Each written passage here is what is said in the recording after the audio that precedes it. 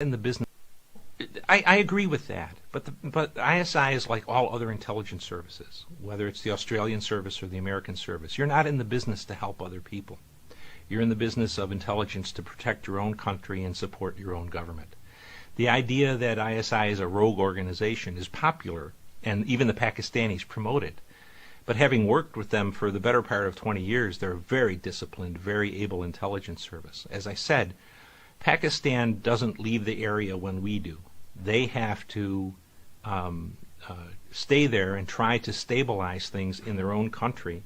To do that, they believe at least, they have to help reestablish an Islamic country in Afghanistan, an Islamic government.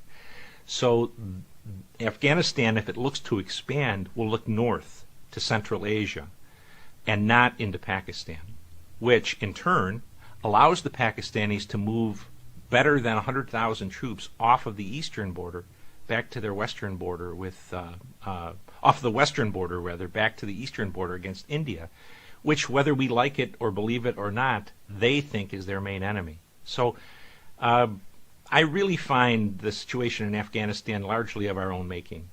And the Pakistanis will support an Islamic government in Kabul because that's their best interest. We have created a mess. They have to sort it out now. And it's really a disastrous situation for the United States, at least, because the American people, I think, are going to believe bin Laden's dead, we're leaving Afghanistan, the problem is over. But if you look at it objectively, Al-Qaeda is now has 6 different operational platforms, where at 2001 it only had 1. And so we're much worse off. And we've also demonstrated to the Islamists that we are not, it's an old-fashioned word, but we're not manly. But the enemy loses hundreds a week. And we, a country, a superpower of 300 million people, cannot tolerate the loss of 160 people a year.